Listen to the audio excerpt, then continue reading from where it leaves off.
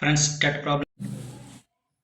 Rhombus యొక్క కర్ణాల పొడవులు వరుసగా 16 సెంటీమీటర్లు 12 సెంటీమీటర్లు అయినా రాంబస్ యొక్క భుజం పొడవు ఎంత అని అడిగారు. ఓకే, మనకు డైరెక్ట్గా ఫార్ములా ఉందన్నమాట. భుజం ఏ అనుకుంటే కర్ణాలు ఏంటంటే 16 సెంటీమీటర్లు ఒకటి 12 సెంటీమీటర్లు ఒకటి ఇచ్చారు కదా. మనకు ఫార్ములా ఏంటంటే d1 square plus d2 square కర్ణాలు అనమాట బై 2 అనమాట. ఇది ఫార్ములా. డైరెక్ట్గా మనకి భుజం వస్తుంది అన్నమాట, రాంబస్ యొక్క భుజం. రాంబస్లో కర్ణాలు అనేవి ఏంటంటే లంబ సమద్వీకరణం చేసుకుంటాయి. ఓకే, అందులో ప్రతిక్షేపించండి. d1 అనేది ఇచ్చారు మనకి 16 స్క్వేర్.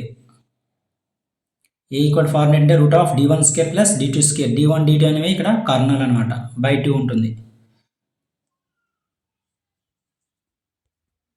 మనకి ఈ ఫార్ములాలో ప్రతిక్షేపిస్తే మనకి ఆన్సర్ అనేది వస్తుంది. ఏ ఈక్వల్ టు భుజం అనుకోండి 16 స్క్వేర్ ప్లస్ ఇంకో కర్ణం ఎంత 12 స్క్వేర్ రూట్ ఆఫ్ బై 2 కదా. 16 స్క్వేర్ ఏంటంటే 256 ప్లస్ 12 స్క్వేర్ అంటే 144. 256 ప్లస్ 144 ఎంత అంటే 400.